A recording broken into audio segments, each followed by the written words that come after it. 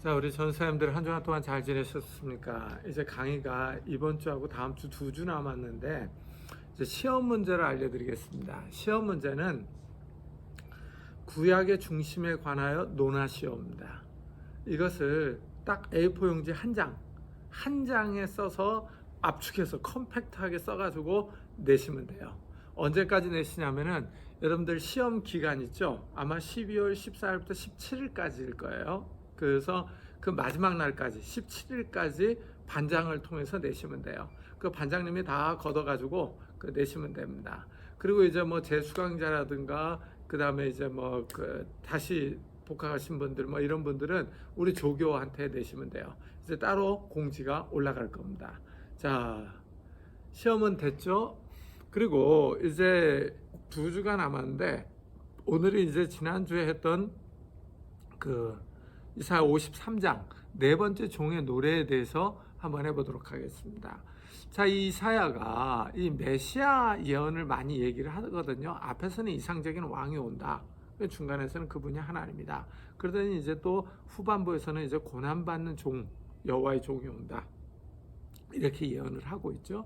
예언을 하고 있는데 이 사실은 이 메시아 예언은 이사야 66장 가운데 이 본문들이 아주 지극히 소수예요. 한번 생각을 해보세요. 이사야서가 66장이나 되는데 요 지금 강의한 부분들이 과연 몇 장이나 차지하겠어요? 한 두세 장? 두세 장 차지하면은 뭐 정말 많이 차지하는 거죠. 그러니까 이 분량면에서 본다면은 이 메시아 예언이라고 하는 건 구약에서 감추어져 있는 거예요. 감추어져 있는 거. 그래서 이게 또 흥미롭죠. 그러니까 이 계시가 역사적으로 진행되면서 이게 계시가 점진적으로 이게 나아가는 거거든요. 점진적으로 나아가는데 이게 더 밝아지는 거죠. 그러니까 이 창세기 3장 15절에서 원시복음이 주어졌잖아요. 그 원시복음, 여자의 후손이 뱀의 머리를 가격한다 이거죠. 그런 원시복음이 주어졌는데 그게 아주 희미하던 것들이 역사가 진행되면서 차츰차츰 커져 나가는 거예요. 밝혀지는 거죠. 이게 유다 집안에서 온다. 그죠? 아니 처음에는 이제 아브라함 씨에서 온다. 아브라함 씨에서 온다. 그러더니 유다 집안에서 온다. 그러더니 이 다윗 가문에서 온다. 다윗이 저기 막 모델이 된다. 그러더니 이게 이제 이사야에 와서는 더 커져가는 거죠. 더 커져가는 겁니다. 이래서 보면 예언서에서 메시아 예언들이 더 많이 나오고 있는 이런 모습을 볼 수가 있어요. 그래서 이제 이 계시가 진행되면서 이 점진적으로 밝혀지는 거죠. 그렇지만 이것이 구약에서는 여전히 감추어져 있는 이런 모습을 보게 되는 겁니다. 자, 우리가 이제 이사야 53장 그러면 이 메시아 예언으로서 아주 유명한 메시아 그 순환에 대해서 말하고 있는 본문이다. 이렇게 이제 이해를 하죠. 근데 사실은 이게 또 신약이 없으면 이게 잘 밝혀지지가 않는 거죠.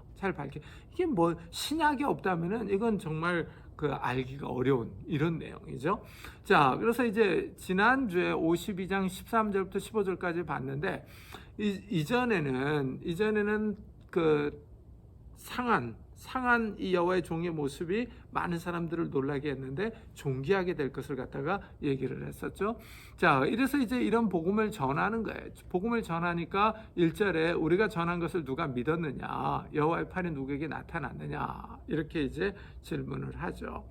그러면서 이제 그 여호와의 종의 모습에 대해서 얘기를 하는데 그는 주 앞에서 자라나기를 연한 순 같고 마른 땅에서 나온 뿌리 같아서 고운 모양도 없고 풍채도 없은즉 우리 보기에 흠모할 만한 아름다운 것이 없도다. 그러죠? 여기서 나의 종의 모습을 연한 순, 이거 어린 가지죠. 마른 땅에서 나온 뿌리, 이 연한 순과 뿌리, 요게 이제 서로 대조를 이루지만 둘 다 이제 유약한 생명력을 얘기를 하죠. 왜냐하면 뿌리가 마른 땅에서 나오기 때문이죠. 금방이라도 말라 비틀어질 것 같은 그런 인상을 주거든요. 그래서 이 유약한 생명력을 여기서 얘기를 하고 있는 겁니다. 그래서 유약한 생명력을 가진 이 여호와의 종의 모습은 이 저기 막 고운 모양도 없고 풍채도 없고 흠모할 만한 아름다운 것도 없다. 그러면서 없고 없다라는 것을 강조를 하고 있죠. 이래서 보면 사람들이 볼 때 형편이 없는 거예요. 그래서 이 상한 모습이 나오고 있는 거죠. 이래서 이제 멸시를 받아요. 3절을 보면은 그는 멸시를 받아 사람들에게 버림받았으며 강고를 많이 겪었으며 질고를 아는 자라. 마치 사람들이 그에게서 얼굴을 가리는 것 같이 멸시를 당하였고 우리도 그를 귀히 여기지 아니하였도다. 그래서 이 사람들에게 경멸과 거절의 대상이 되고 있는 이런 모습을 볼 수가 있고요. 이 멸시를 당하다라는 표현이 2번이나 나오고 있는 이런 모습을 볼 수가 있습니다. 이 멸시를 당하는 나의 종이요. 이 나의 종은 슬픔의 사람이고 병을 아는 사람이죠. 그렇다면 이제 이 슬픔과 병이 누구 것이냐는 게 누구 것. 이 4절에 설명을 하죠. 그는 실로 우리의 질고를 지고 우리의 슬픔을 당하였거늘. 자, 여기 우리의 질고 우리의 슬픔이라고 그러죠. 그래서 이 여호와의 종이 당하는 이 고난이요. 이 고난이 바로 우리 때문에 당하는 것이다 라고 하는 것을 여기서 알 수가 있는 겁니다. 자, 이래서 이제 우리의 질고, 병이죠. 우리의 슬픔을 여호와의 종이 치우시고 옮기시는 거죠. 그래서 5절에는 이제 더 명확하게 나오죠. 더 명확하게 나옵니다. 그가 찔림은 우리의 허물 때문이요 그가 상함은 우리의 죄악 때문이라. 그가 징계를 받음으로 우리는 평화를 누리고 그가 채찍에 맞음으로 우리는 나음을 받았도다. 그러죠? 자, 여기서 이제 우리가 강조되어 있죠. 우리의 범죄 때문에 찔렸다. 우리의 죄악 때문에 상하셨다. 이런 의미예요. 여기서 이제 우리 때문에라고 하는 이런 표현들 속에서 알 수 있는 게 뭐야? 이 나의 종, 여호와의 종의 순환은 이 대속적인 순환이다. 대속적인 순환이다라는 것을 알 수가 있죠. 그래서 이 우리의 평화를 위해서 이 나의 종, 여호와의 종이 징벌을 당하고 고난을 당했다라는 거예요. 자, 그러니까 나의 종의 순환이 없으면은 우리의 평화가 없는 거죠. 없는 겁니다. 자, 그래서 여기 보면 우리의 허물, 우리의 죄악, 요게 이제 이 종이 고난당한 그 원인을 갖다가 설명을 해주고 있는 거죠. 자, 이렇게 이제 종이 고난을 받지만 폭력을 행사하지 않아요. 폭력을 행사하지 않습니다. 자, 그래서 6절 보세요. 우리는 다 양 같아서 그릇 행하여 각기 제 길로 갔거늘 여호와께서는 우리 모두의 죄악을 그에게 담당시키셨도다. 그래서 자, 이렇게 여기서 이제 대속이 나오는 거죠. 그가 곤욕을 당하여 괴로울 때에도 그의 입을 열지 아니하였으며 마치 도수장으로 끌려가는 어린 양과 털 깎는 자 앞에서 잠잠한 양같이 그의 입을 열지 아니하였도다. 그러니까 이제 이 여호와의 종이 고난을 당하지만 어떤 폭력과 불의와 거짓을 행하지 않는다라는 것을 여기서 보여주고 있고, 그 다음에 이 여호와의 종의 고난이 언제까지냐는 거예요. 언제까지냐? 여기 보면 도수장으로 끌려가는 어린 양과 털 깎는 자 앞에서 잠잠한 양같이, 이런 표현에서 알 수 있는 게 뭡니까? 죽음을 여기서 지금 암시하고 있는 거죠. 자, 이래서 이제 이 여호와의 종이 고난을 당하는데, 그는 곤욕과 신문을 당하고 끌려갔으나 그 세대 중에 누가 생각하기를 그가 살아있는 자들의 땅에서 끊어짐은 마땅히 형벌받을 내 백성의 허물 때문이라 하였으리요. 이렇게 얘기를 하고 있죠. 자, 그러니까 이 우리의 허물 때문에 여호와의 종이 고난을 당했다라는 겁니다. 자, 이제 죽음을 갖다가 얘기를 하죠. 그는 강포를 행하지 아니하였고 그의 입에 거짓이 없었으나 그의 무덤이 악인들과 함께 있었으며 그가 죽은 후에 부자와 함께 있었도다. 그래서 무덤, 죽은 후, 이런 것들이 여호와의 종이 죽음으로써 우리들의 허물과 죄악을 담당했다라는 것을 여기서 알 수가 있죠.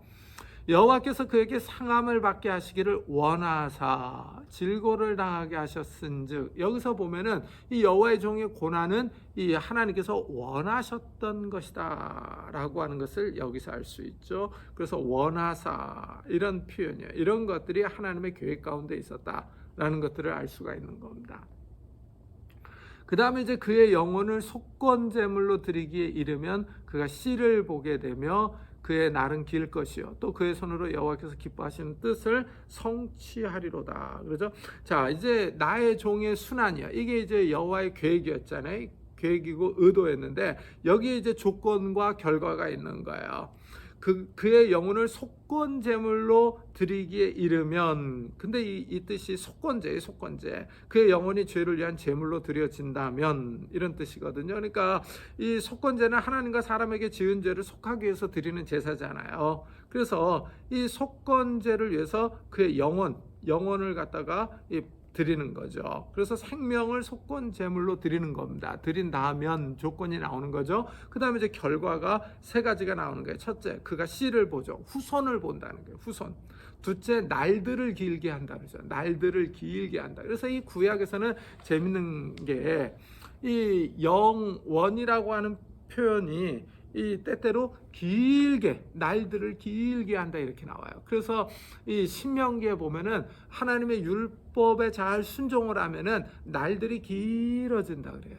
그래서 여기 상당히 재밌습니다. 그래서 날들을 길게 한다 그러죠. 그 다음에 세 번째는 이제 여호와의 기쁨이 그의 손 안에서 번영한다 그러죠. 번영한다.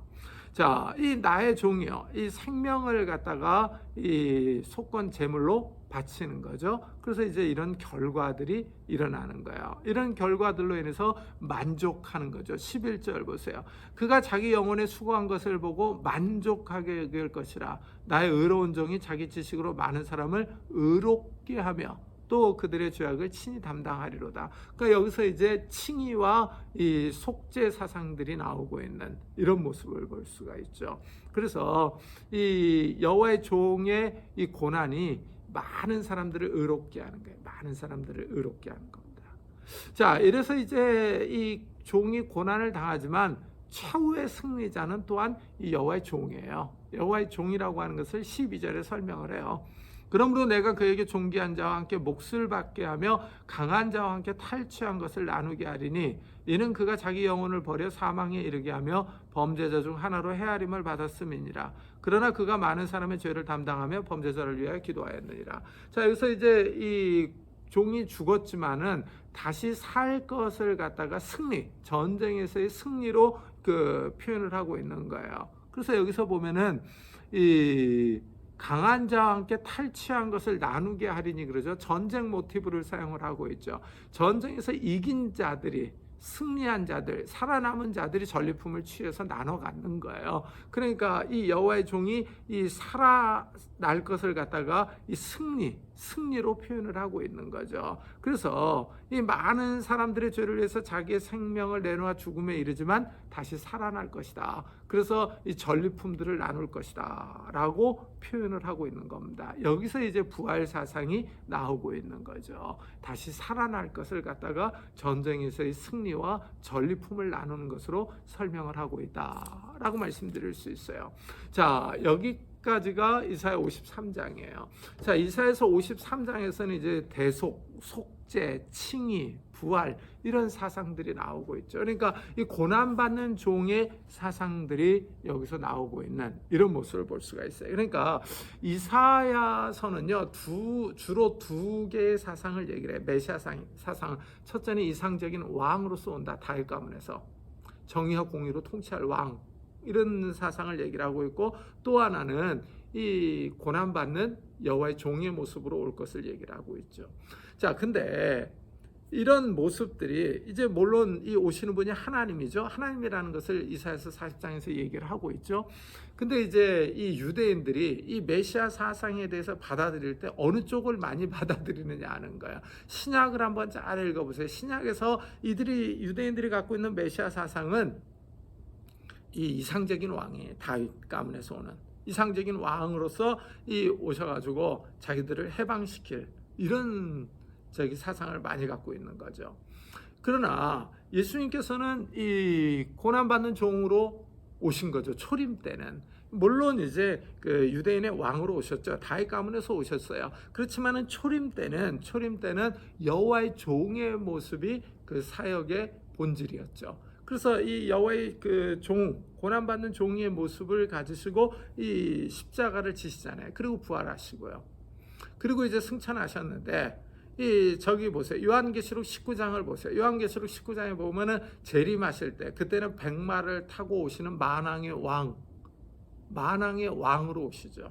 그때는 정말 온 세상을 정복하고 통치하고 다스릴 악의 세력을 끝장내실 그런 모습으로 오시는 이런 모습을 볼 수가 있습니다. 그러니까 이사야가 두 가지의 그 모습을 갖다가 메시아의 모습을 그렸는데 이 유대인들은 저기를 많이 받아들인 거죠. 이상적인 왕. 그래서 그것을 이 땅에 실현하기를 원했던 거죠. 그러니까 이런 기대하고 안 맞으니까 예수님을 십자가에 못 박아 버리는 이런 모습을 볼 수가 있죠. 근데 유대인들이 십자가에 못 박지만 아이러니하게 이사야의 예언이 성취되는 참 정말 이 아이러니한 이런 모습을 볼 수가 있죠. 그러니까 유대인들이 자기들의 손으로 하나님의 구속 계획을 성취하면서 아이러니하게 그들은 이 구속에서 배제되는 이런 모순적인 모습을 보여주고 있는 거죠. 참 이런 것들이 참 신비롭다라고 말씀드릴 수 있죠.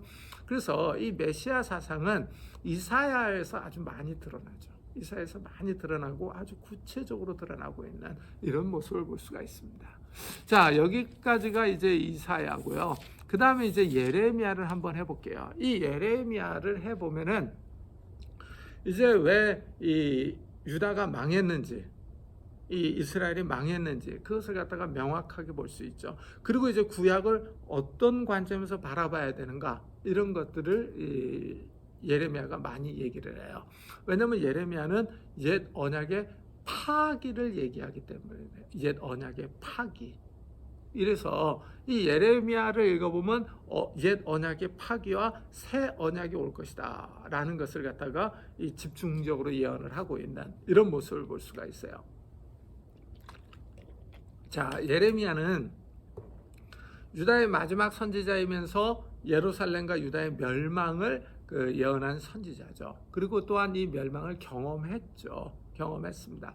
그래서 이 예레미야는 처음에 소명을 받을 때서부터 이 북방에서 오는 재앙을 보죠. 재앙을 봅니다.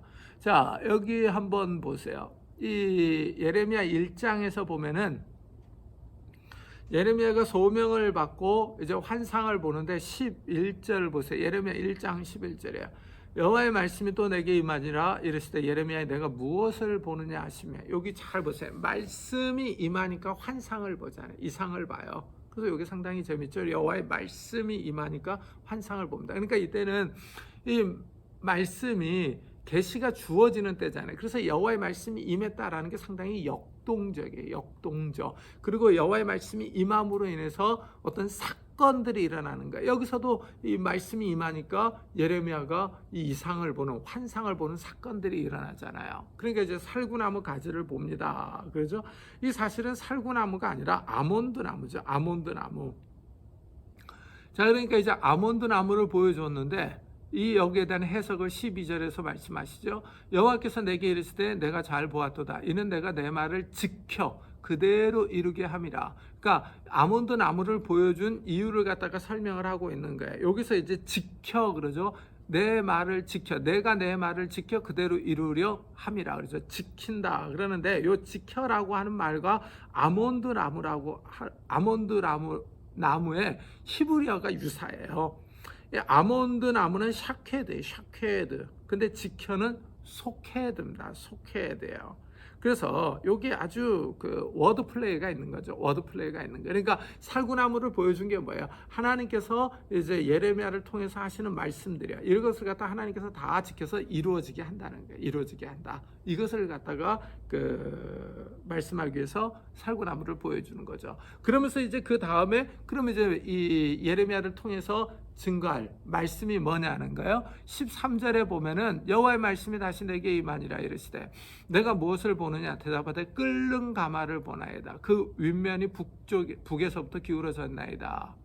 여호와께서 내게 이르시되 재앙이 북방에서 일어나 이 땅의 모든 주민들에게 부어지리라. 그러니까 끓는 가마를 보는데 북쪽에서부터 기울어졌다 그러잖아요. 끓는 것들이 쏟아지는 거죠. 북쪽에서 오는 재앙을 설명을 하고 있는 거죠. 유다의 멸망 이것을 갖다가 보여주고 있는 겁니다. 그래서 이제 이 바벨론의 이 침략으로 인해서 나라가 망할 것이다 라고 하는 것을 보여주는 예언이죠. 그러니까 예레미야는 처음부터 이 북방에서 오는 재앙을 갖다가 선포할 이런 메시지를 부여받는 거죠.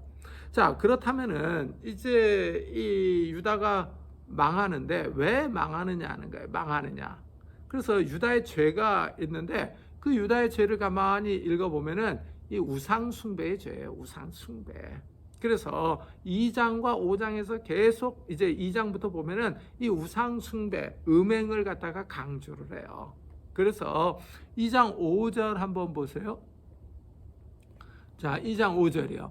나 여호와가 이와 같이 말하노라. 너희 조상들이 내게서 무슨 불의함을 보았기에 나를 멀리하고 가서 헛된 것을 따라 헛되이 행하였느냐. 요거요. 나를 멀리하고 배교를 의미하는 거죠. 여호와를 떠나고 헛된 것을 따라 헛되이 행하였느냐. 그래서 이게 헛된 것이 뭐겠어요? 이 헛된 것이라고 하는 거예요. 이게 명사로서 쉽게 사라지는 증기를 의미하기도 하고요. 허무, 무익의 뜻도 갖고 있는 거예요. 그러니까 이 허무한 것, 무익한 것이 뭐냐 하는 거예요. 이게 바로 우상숭배예요. 우상숭배.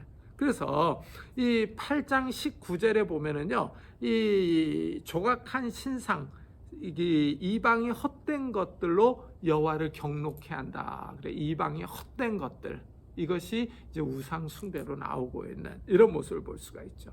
자, 그래서 이 헛된 것, 허무한 것을 가지고 이 이스라엘이 하나님을 경록케 하는데 이게 바로 우상 숭배거든요. 우상 숭배는 이 십계명의 제 1계명과 2계명에서 강조되어 있는 거잖아요. 그죠? 하나님께서 이 다른 신을 두지 말라 그랬는데 계속 다른 신을 두는 거예요. 이래서 이제 하나님의 이 분노를 갖다가 일으키는 거죠. 일으키는 겁니다.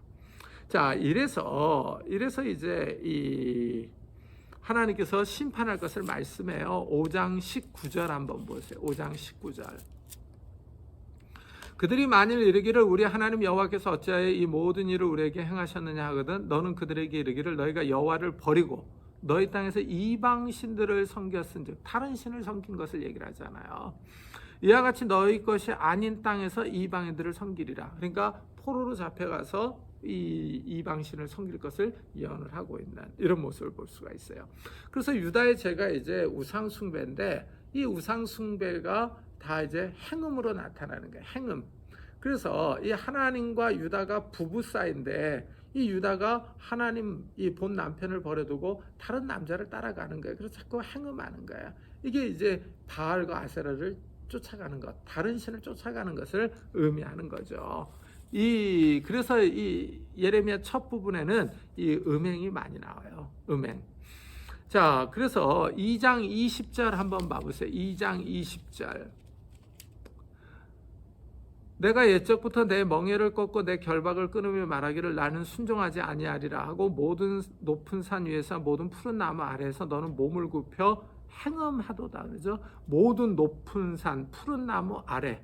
그래서 이 신명기 12장을 보면은 이스라엘이 가나안 땅에 들어가면 이 가나안 사람들의 제의를 갖다가 다 파괴할 것을 얘기를 하거든요. 근데 그 12장 2절부터 읽어보면은 거기서 이방인들, 가나안 족속들이 보면 모든 높은 산과 작은 산, 푸른 나무 아래에서 이 우상을 섬기는 거예요. 그래서 그들의 제단과 주상들을 갖다가 다 파괴해버릴 것을 명령을 했거든요. 근데 이런 것들을 파괴하지 않고 그냥 뒀죠. 물론 이제 중간중간에 개혁가들이 나와서 이런 것들을 이 산당들을 갖다가 허물었죠. 그렇지만은 또 그것들 다시 세우고 그래가지고 이런 산당에서 음행을 하는 거예요. 이 음행을 한다라는 게 이 바알을 가서 섬기는 거예요. 그리고 이 바알이 다산을 주는 신으로 역임을 받았잖아요. 그래서 이 다산의 복을 위해서 실제 이런 그 제사를 드리면서 매춘 행위를 하는 거예요. 그래서 보면은 신전 창기들이 있고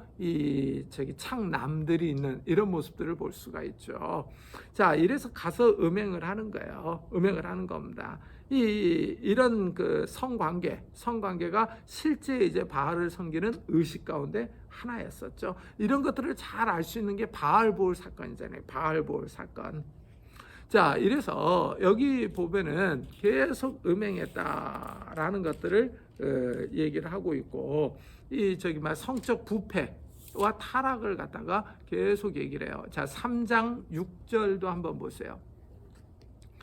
요시야 왕 때 여호와께서 또 내게 이르시되 너는 배역한 이스라엘이 행한 바를 보았느냐. 그가 모든 높은 산에 오르며 모든 푸른 나무 아래로 가서 거기서 행음하였도다. 그래서 행음하였도다. 자, 8절도 보세요. 내게 배역한 이스라엘이 간음을 행하였으므로. 9절도 보세요. 그가 돌과 나무와 더불어 행음함을 가볍게 여기고 행음하여 이 땅을 더럽혔거늘. 그러죠. 그래서 계속 이제 이 우상 숭배와 더불어서 이제 성적 타락 이것을 갖다가 지적을 하고 있죠. 자, 여기에 대해서 이 5장 7절 8절도 한번 보세요. 5장 7절 8절이에요. 내가 어찌 너를 용서하겠느냐? 내 자녀가 나를 버리고 신이 아닌 것들로 맹세하였으며 내가 그들을 배불리 먹인즉 그들이 간음하며 창기의 집에 허다히 모이며 그들은 두루 다니는 살찐 수말같이 각기 이웃의 아내를 따르며 소리 지르는도다. 그래서 이 성적 타락이 심각했다라는 것들을 보여주고 있죠. 그리고 실제 이제 이 성적 타락은 십계명에서도 금하고 있는 그런 죄이기도 하죠. 자, 이렇게 이제 우상 숭배와 행음에 대해서 얘기를 하면서 또한 사회의 정의가 없음을 강조를 해요. 자, 그래서 5장 1절 한번 보세요. 5장 1절에 보면 너희는 예루살렘 거리로 빨리 다니며 그 넓은 거리에서 찾아보고 알라. 너희가 만일 정의를 행하며 진리를 구하는 자를 한 사람이라도 찾으면 내가 이 성읍을 용서하리라. 얼마나 타락했는가 하는 것들을 보여주고 있는 거죠. 그러면서 여기 정의가 없다 그러죠. 정의, 미슈파트거든요. 미슈파트. 이 미슈파트가 하나님의 구체적인 법령들을 지칭할 때도 사용하는 단어예요. 그러니까 여기서 정의라고 하는 것은 하나님의 법에 근거한 정의를 얘기를 하는 거예요. 하나님의 법을 잘 지킬 때 정의가, 사회 정의가 이루어지는데 하나님의 법을 잘 지키지 않으니까 사회 정의가 없다 이거죠. 사회 정의가 없다. 자, 그러면서 이 정의가 없음을 갖다가 얘기를 하는데 여기서 이제 계속 얘기하는 것들이 읽어보면은 이 하나님의 법을 지키지 않았다 그래요. 5장 4절도 한번 보세요. 5장 4절. 내가 말하기를 이 무리는 비천하고 어리석은 것뿐이라 여호와의 길 자기 하나님의 법을 알지 못하니. 그렇죠? 하나님의 법을 알지 못한다. 그렇죠? 자, 이래서 이제 사회 정의가 없다라는 것들을 갖다가 많이 얘기를 하죠. 근데 이렇게 사회 정의가 없고 우상 숭배를 하고 행음을 하는데 이런 일들을 행하는 데 있어서 사회 지도층이 먼저 나서는 거예요. 사회 지도층이요. 그래서 이 사회 지도층들의 타락을 갖다가 먼저 얘기를 해요. 자, 2장 8절 한번 봐보세요. 2장 8절에 보면은 이렇게 얘기를 해요. 제사장들은 여호와께서 어디 계시냐 말하지 아니하였으며 율법을 다루는 자들은 나를 알지 못하며 관리들도 나에게 반역하며 선지자들은 바알의 이름으로 예언하고 무익한 것들을 따랐음이니라. 그래서 여기 보세요. 제사장들, 율법 다루는 자들, 관리들, 선지자들. 자, 그러니까 이게 제사장, 이 재판관들, 관리들, 그 다음에 이제 선지자들, 사회 지도층 인사들이 다 이 하나님을 제대로 섬기지 않는 이런 모습을 볼 수가 있죠. 이래서 이 사회 지도층들이 먼저 이렇게 타락을 했다라는 것들을 갖다가 지적을 하고 있는 이런 모습을 볼 수가 있죠. 자, 이래서 이들이 이제 심판을 받을 것을 예레미야가 계속 지적을 하고 있어요. 자, 이렇게 타락한 이 이스라엘과 유다를 향해서 이 예레미야는 계속해서 이제 돌아오라라고 외쳐요. 이 돌아오라라고 하는 말은 수부라고 하는 히브리어인데 이게 이제 가던 길을 멈추고 돌아서는 거예요. 그러니까 돌아설 때 180도 돌아서는 것을 의미하는 거예요. 그러니까 우상으로 향하던 이스라엘이 멈춰서 돌아서는 거예요. 180도. 그러면서 하나님께 돌아오는 겁니다. 그러니까 죄를 향해서, 죄악을 향해서 나아가던 이 유다가 멈춰서서 이 180도 돌아서서 하나님의 말씀으로 돌아오는 거예요. 이걸 의미하는 거예요. 돌아설 때 이 180도 돌아서야지 360도 돌아서면 도루묵이겠죠. 그래서 이 돌아오라라고 이제 외치고 있는데 이 말은 이제 회개하라라는 거예요. 그래서 이게 돌아오라라고 하는 요 표현은요, 요 동사는 방향이 중요해요. 방향이 중요합니다. 그래서 이 하나님께로 가던 사람이 돌아서서 우상에게로 가면 배교의 배교, 반역이 되는 거예요. 그러나 이제 이 우상으로 가던 사람이 하나님께로 돌아서면 이건 이제 회개가 되는 거죠. 그래서 이 계속 돌아오라라고 외치고 있는 이런 모습을 볼 수가 있어요. 4장 1절을 한번 보세요.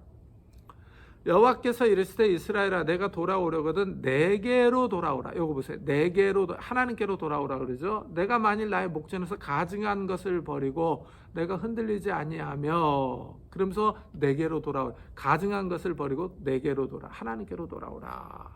자, 이렇게 해서 하나님께서 돌아오라 이렇게 외치는데 하나님께서 이렇게 이제 회개하라라고 말씀을 하실 때는 이제 용서해 주겠다는 거죠. 용서해 주겠다는 겁니다.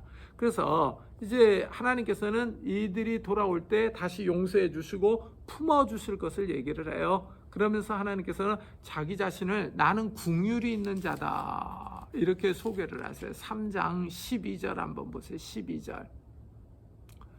너는 가서 북을 향하여 이 말씀을 선포하이르라. 여호와께서 이르시되 배역한 이스라엘아 돌아오라.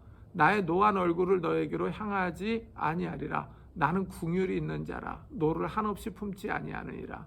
하나님께서 나는 긍휼이 있는 자라. 그러죠? 그러니까 이 돌아올 때 하나님께서 용서하시고 포용해 주실 것을 얘기를 하죠. 그러면서 하나님이 나는 긍휼이 있는 자다. 그러죠? 하나님의 성품을 갖다가 얘기를 하고 있죠. 자, 이렇게 예레미야는 처음부터 이제 멸망을 예언하는 거예요. 이 유다의 멸망, 예루살렘의 멸망을 얘기를 하면서 그들이 지은 죄들을 갖다가 우상 숭배, 행음, 공의가 없음, 사회 지도층들의 타락 이런 것들을 얘기를 하면서 돌아오라 그러죠. 돌아오라. 근데 예레미야는 이렇게 이제 유다가 망한다. 이렇게 처음부터 북방에서부터 오는 재앙을 예언을 했는데 이 예레미야와 맞서서 자꾸 이제 평화를 증거하는 선지자들이 있는 거예요. 그러니까 한번 생각을 해보세요.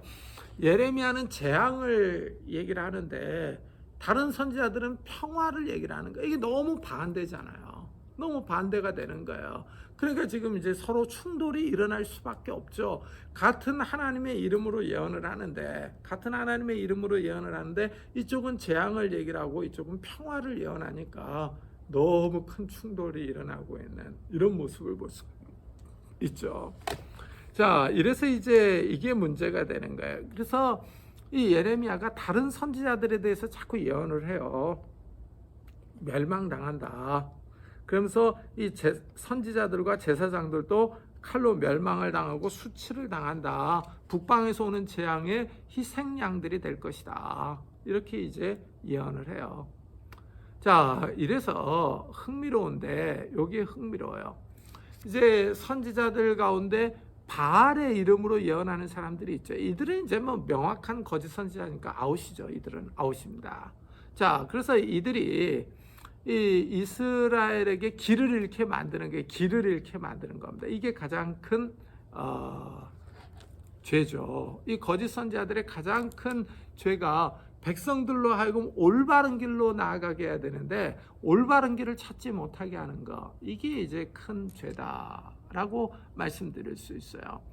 자, 그래서 이제 그러면은 이 바알의 이름으로 예언을 하면 이건 명확하게 거짓 선지자니까 분별이 되는데 이 여호와의 이름으로 예언하는 선지자들을 이쪽은 재앙을 선언하고 이쪽은 평화를 선언해요. 그럼 이것을 어떻게 분별하느냐는 거, 어떻게 분별하느냐. 이게 이제 어려운 거죠. 이게 어려운 겁니다. 자, 여기 한번 보세요. 이 5장 13절 한번 보세요. 자, 5장 13절에 보면은 선지자들은 바람이라 말씀이 그들의 속에 있지 아니한즉 그같이 그들이 당하리라.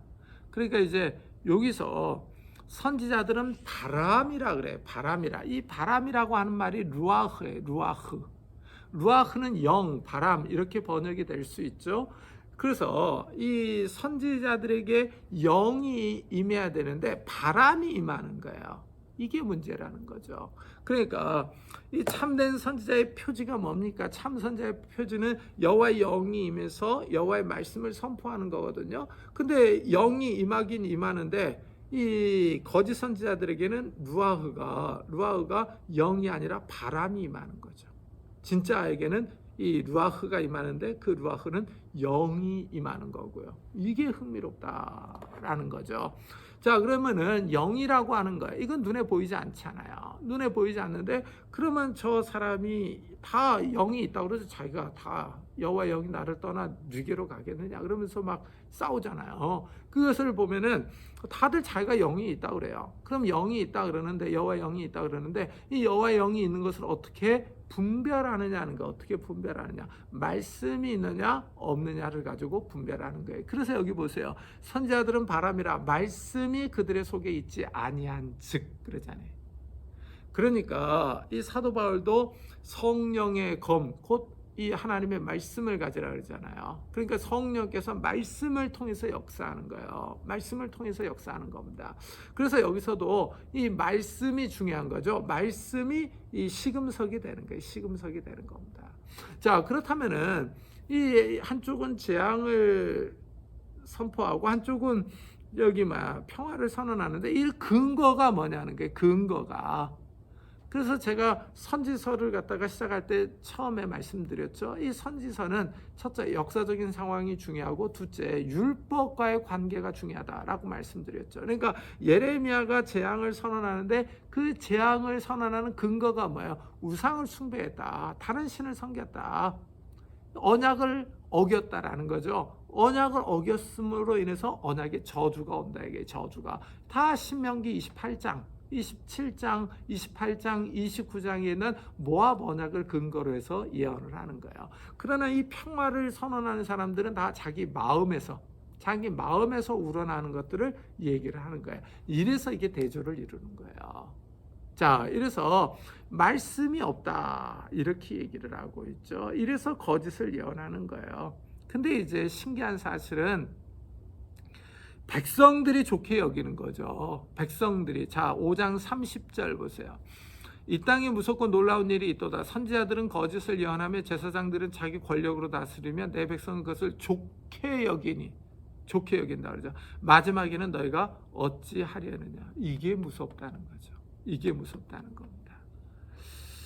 참 여기 이제 예레미야를 계속 읽어보잖아요. 그러면은 이 칼과 기근과 전염병이 많이 나와요. 그러면서 전쟁, 기근, 전염병으로 인해서 유다가 망할 것을 얘기를 합니다. 그런데 이런 예언을 한번 계속 듣는다고 생각을 해보세요. 이 재앙의 예언을. 사람이 싫죠. 이 사람의 마음은 근본적으로 좀 좋아졌으면, 좀 희망이 좀 있었으면 이런 걸 원하지 누가 계속 재앙의 말씀을 듣는 걸 좋아하겠어요. 그러니까 백성들이 이 재앙의 말씀을 싫어하는 거예요. 이게 좀 오늘날 우리들의 상황하고도 좀 많이 연결되죠. 지금 이 코로나가 온 세계를 갖다가 휩쓸고 있잖아요. 이거는 정말 하나님의 무거운 손, 심판의 손이죠. 예수님도 이 전염병이 종말의 시작이라고 그랬잖아요. 그래서 특이한 게 이 전염병이 보면은 전쟁, 기근, 지진, 전염병이 나오는데 특이하게 마태마가 누가가 이걸 얘기를 하는데 누가만 특이하게 전염병을 언급해요. 전염병을 언급합니다. 이게 아주 상당히 흥미롭죠. 그래서 이 전염병을 누가가 언급하는 이유가 뭐겠어요? 의사잖아요, 의사. 그죠? 근데 예레미야도 보면 전염병을 얘기를 해요. 예루살렘이 망할 때요. 그래서 예수님도 예루살렘이 망하는 것을 근거로 해서 이 종말이 올 것을 얘기를 하잖아요. 종말이 올 것을 얘기를 하는데 그 예루살렘이 망할 때 전염병을 얘기를 하잖아요. 그래서 이게 상당히 흥미롭죠. 근데 지금 이 코로나가 전 세계를 갖다가 다 뒤덮고 있는데 우리들 마음속에는 사실 좀 이 코로나가 없어졌으면 이 또한 지나가리라 이런 마음들이 강하잖아요. 사실 이걸 바라고 있고요. 또 그러니까 이 백신이 나와가지고 위드 코로나 한다 그러니까 참 우리 마음속에 참 희망이 좀 있잖아요. 희망이 좀 지나갔으면. 근데 여전히 코로나는 맹위를 떨치고 있죠. 참 이것을 보면은 좀 어렵죠. 어떤 면에서는 하나님의 말씀은 명확하게 나오는데 재난의 시작이라 이렇게 명확하게 예수님께서 말씀하셨는데 예수님의 말씀이 권위가 있고 확실하죠. 근데 이 말씀을 대하는 우리 태도가 아주 그냥 왔다 갔다 하잖아요. 이게 참 정말의 시작이구나 하는 걸 알면서도 좀 우리 마음속에는 평화가 있었으면, 좀 코로나가 그쳤으면, 이 또한 지나갔으면 이런 것들이 많잖아요. 그러니까 사실은 좀 이 말씀을 갖다가 믿으려고 하는 것과 믿지 않으려고 하는 것이 우리 마음속에서 막 충돌과 갈등 이 번민을 일으키는 이런 모습들을 볼 수가 있는 거예요. 자, 그런데 여기서는 이 선지자들이 거짓을 예언하니까 백성들이 다 듣는다고 그러잖아요. 참 이 백성들의 마음도 이해가 되는 거죠. 이해가 되는 겁니다. 자, 이래서 이 거짓 선지자들이요, 이 거짓을 예언하는데 백성들이 좋게 여긴다라고 얘기를 하고 있죠. 이게 상당히 흥미롭다라고 말씀을 드릴 수 있는 거예요. 기이한 현상이죠. 한마디로 얘기하면 기이한 현상입니다. 이 혹시 코로나 바이러스에 대해서 좀 궁금한 사람들은 작년 겨울호에 신학진함에 제가 이 전염병이 갖는 종말론적 의미에 대해서 논문을 썼어요. 한번 읽어보세요. 그건 이제 백신이 나오기 전에 쓴 거였는데 그 백신은 좀 언급이 되지 않았어요. 한번 참고를 한번 해보세요. 우리 잠깐 쉬었다가 계속할게요.